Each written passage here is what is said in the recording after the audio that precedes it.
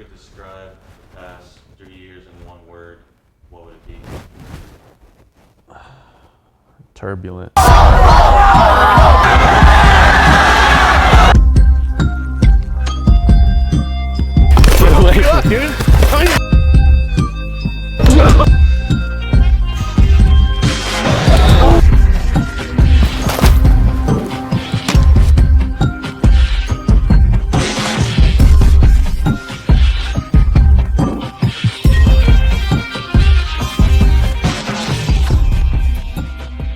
Alright guys, we're pulling up to my old high school right now. I haven't been here in 6 years. This is actually crazy seeing this again. That's new. That red thing right there, that wasn't there when I was there. My last year, you wouldn't even know I went to this school. It was kind of like, you know how the Roadrunner like kicks up dust and just gets the fuck out of there? That's kind of like me. I don't even know if I took my senior picture, to be honest. I was so ready to get out. Yeah, this gas station right here. I would come in here like every day before school and get, we call it pop. I'm from Minnesota, we call it pop. Gotta go back in for old time's sake. I would come here every day, dude. 14, 15 years old, drinking Mountain Dew at like 9 in the morning. And I wondered, like, why am I so tired all day? Can I get a picture with you, bro? Sure, man. Dude, what are you doing here, bro? It's my old high school, like right down the street. I used to go there too. Really? Yeah, and my brother did too.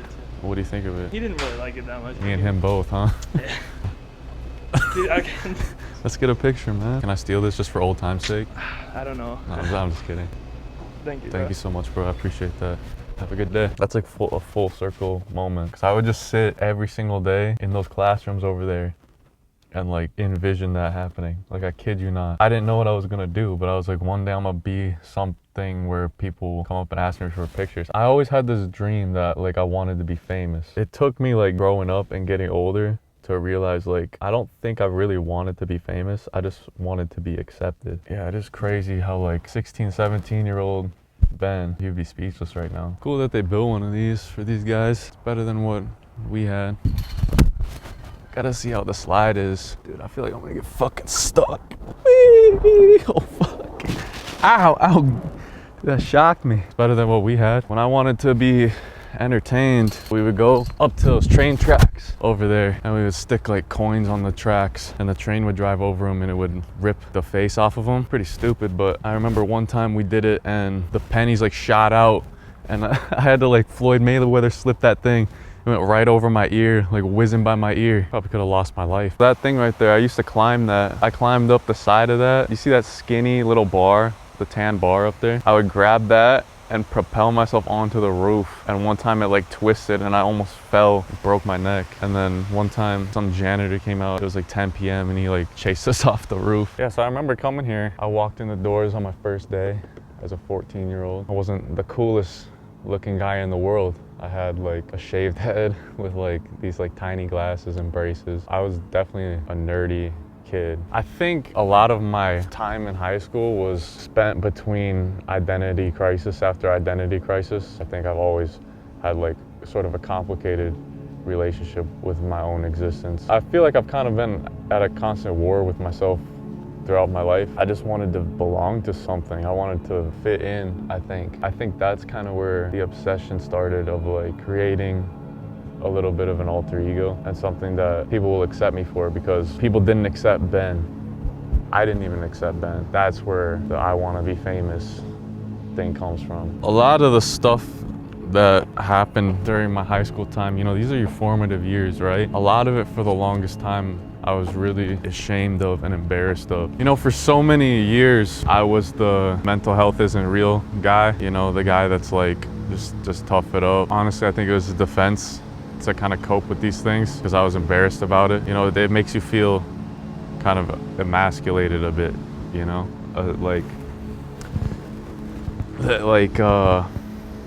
Yeah, I think it was sort of a traumatic time for me. I never really wanted to let people know that. All those years I felt really helpless and like, you know, I'm not here to like go into the specifics and stuff, but it was like relentless every single day, just like belittling me as a human being, and like definitely like physically got some of the brunt of that. That was probably the hardest part of that, was like the constant fear and then like feeling like there's nobody in your corner. I feel like that's what I always wanted, was just someone to be in my corner and like have my back.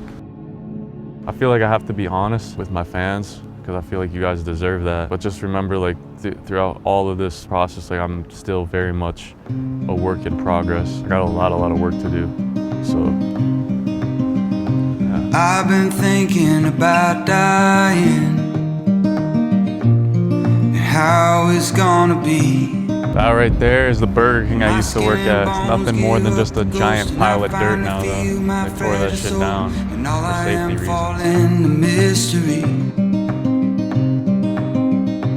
I've been thinking about after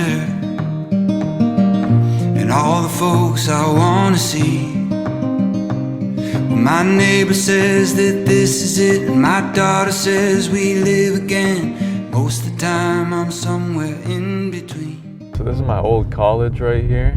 This is where I lived for 3 years. Hey, you see those white vans right there? I used to drive those around every day. When I was here, they had like the actual like white Metro Transit buses. I used to whip those things around. That was my job. I was DOT certified and everything.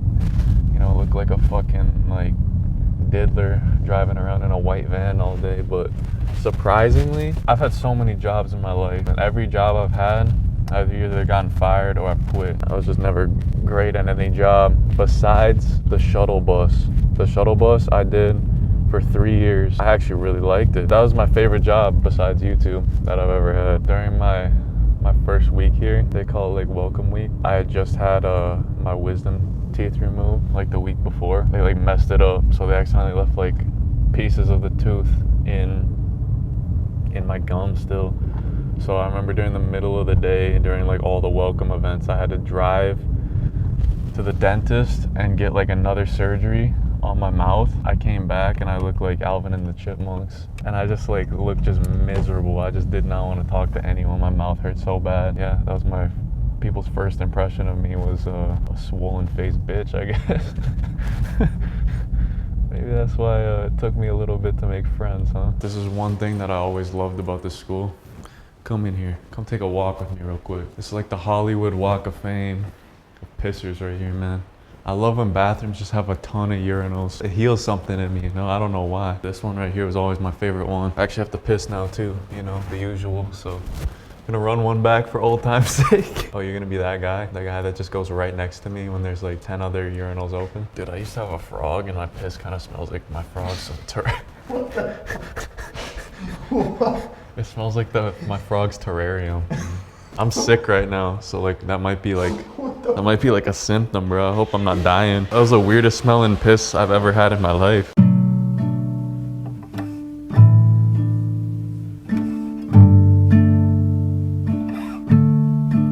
Yeah, the reason I came back to this place was, some of you guys may know, this is where the origin of Loaf kind of started, like the whole idea. I touched on it in that other video about how I just like was failing at everything. It just felt like one thing after another, you know, and when I came here, I didn't have any plan or any prospects. The first month I was here, I got placed on academic probation, pretty close to getting kicked out. Just like wondering a lot about my future. I feel like it's kind of something that I glossed over in that video, but I don't think I really emphasized it enough. I had no idea what I wanted to do. I didn't even plan a future. Like, I didn't even know if I was gonna have a future, to be honest. It's still a blur to me how everything kind of happened. I've mentioned what the name Loaf means a couple times before in previous videos. You know, it means loser of fucking everything, and that's just a reflection of how I was feeling when I created that name. I was looking for something that I wasn't gonna be a loser at. There's an illusion I feel like that I really gave off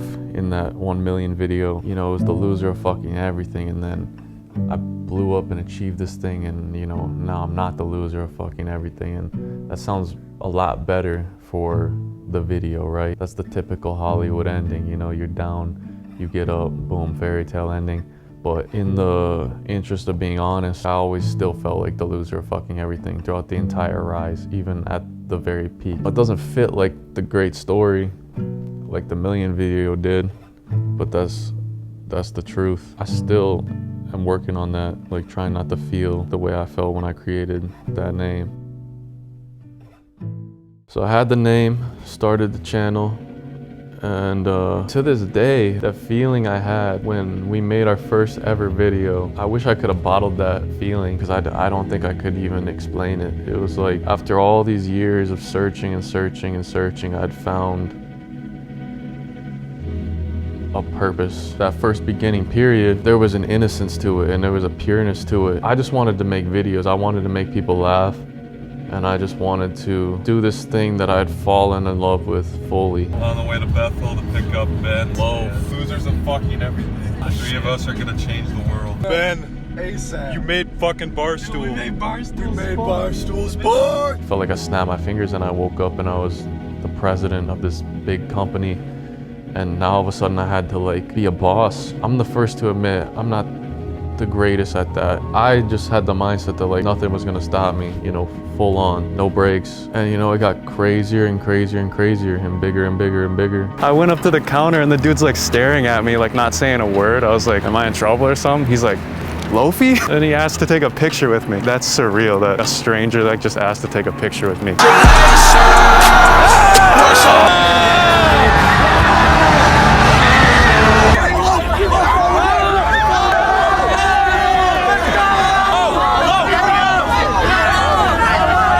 And because of this like go, go, go mentality, I think you get really invested in performance. It becomes your identity. If people didn't like a video, it destroyed me. I didn't think about anything else besides the next one and how I was gonna come back and get that, win the people back over. I never stopped to think about anything else, about my personal life, about if I was neglecting certain relationships, if I was, you know, growing as a human being. It was all about this thing, because this was the first thing that made me feel accepted. This was the first thing that made me feel valuable. And I think that definitely reached a breaking point, and things started to get pretty dark.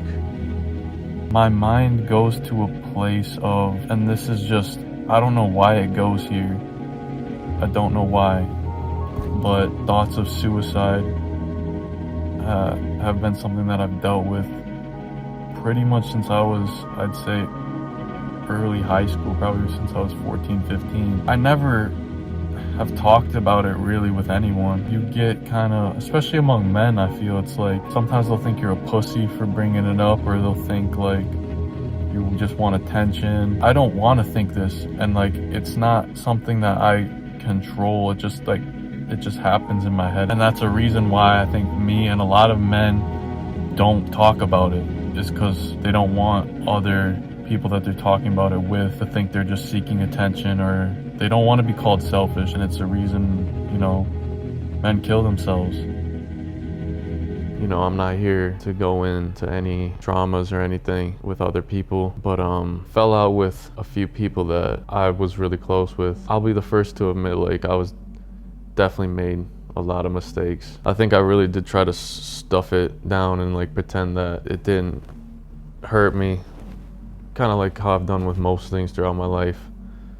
But you know, that would be a lie. It did hurt me. I feel like the whole reason I'm making this video is it's honesty time, you know? I can't sit here and not address the elephant in the room of like, everybody knew me once as this guy that like is very consistent. It seemed like it was almost automatic, like this next video is gonna come out, it's gonna be crazy, and we're just gonna keep on going, keep on achieving the next thing, and then boom, it just like went kind of quiet. I see the comments, I see all the messages, and I see kind of my fan base a little bit turning on me, which I completely understand why I stopped and I didn't give any explanation. You know, I feel like it's now or never where I have to be honest. I can't come back and pretend that everything is normal back to, you know, regular scheduled programming. So we had wrapped up this big road trip, you know, Minnesota to Miami, Miami to LA back to Minnesota, and I was kind of in this lost space. It was the first time in my career where I was confused about, you know, what's the next step. It felt like I always just like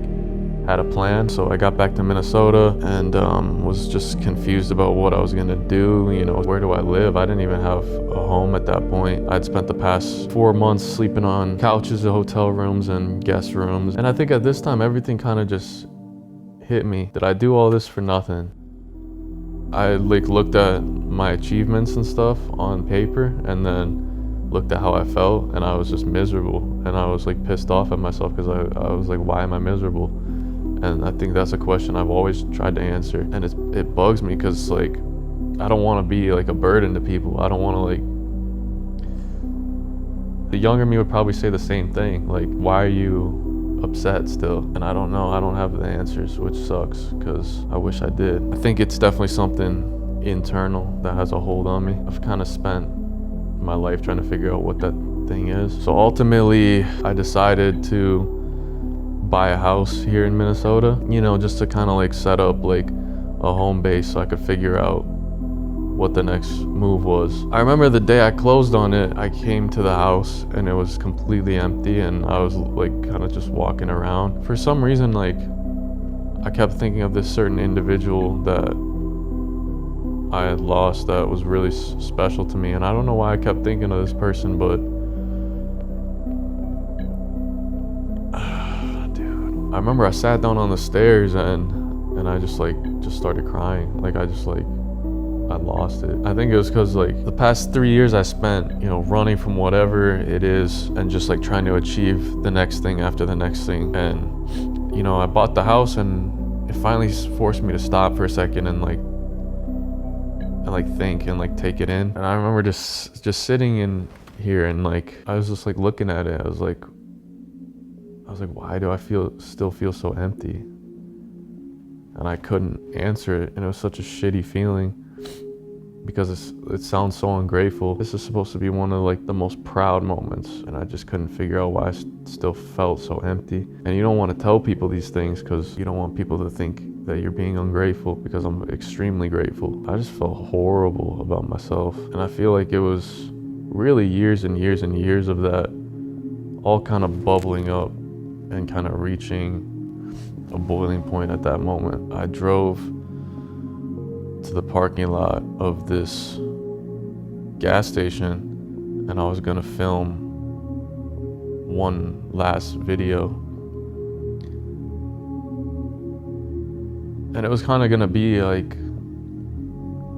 an apology. I've always kind of hated myself, really, and that's not the easiest thing to admit, especially because a lot of people kind of preach like how ridiculous that is and just to like snap out of it, but I've tried everything. It does weigh very heavy on me when I'm just like in my room in bed and all these thoughts are just like ringing in my head, and I'm just like, it feels like my head's spinning. Yeah, it's been from before I can even remember. Since I was a kid, I always remember just feeling super insecure and never feeling like I had anything really to offer to people, to the world. And yeah, just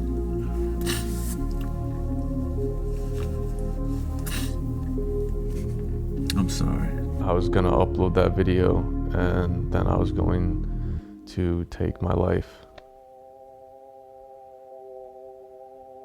I finished filming the video and I was gonna go in real quick to use the bathroom, and inside the gas station I got stopped by this person, and he was a fan. We had a conversation, and to him it was probably like just a normal conversation. You know, I've had a lot of like those types of conversations throughout my life. To him it was probably just like he met like this guy that he watches on the internet that he liked, but to me, like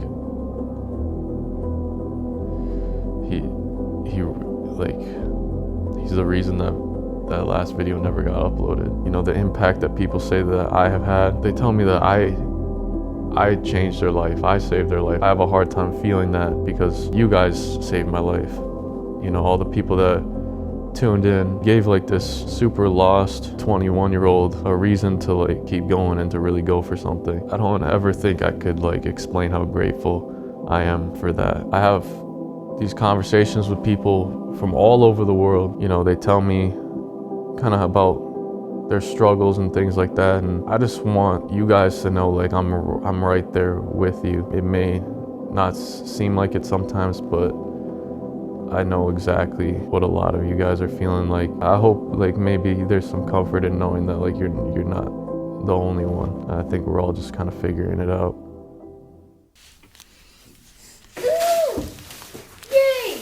Baseball bat! Mr. Blue, I told you that I love you, please believe me. Mr. Blue, I have to go now, darling, don't be angry. Where's the fucking shuttle? I know that you're tired, know that you're sore and sick and sad for some reason. So I'll leave you with a smile, kiss you on the cheek, and you will call it treason. Mr. Blue, don't hold your head so low that you can't see the sky. Mr. Blue, it ain't so long since you were flying high.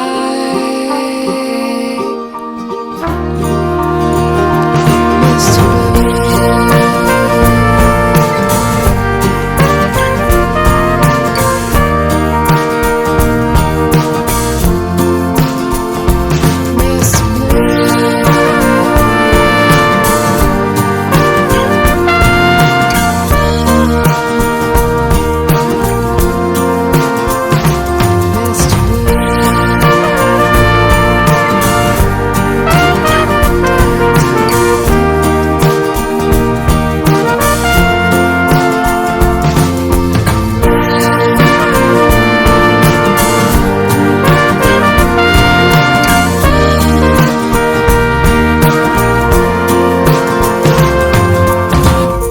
Mr. Blue, I told you that I love you, please believe me.